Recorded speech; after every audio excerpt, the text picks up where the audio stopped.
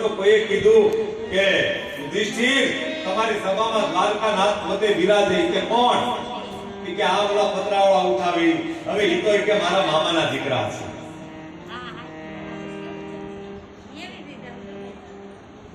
એટલે સંબંધ દેખાતો તો પણ ભગવાન નહોતા દેખાતા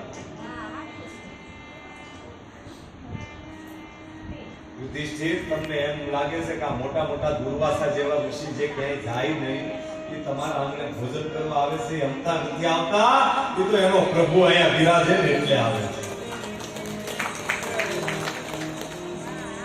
ત્યારે યુધિષ્ઠિરને ખબર પડી કે આ તો ભગવાન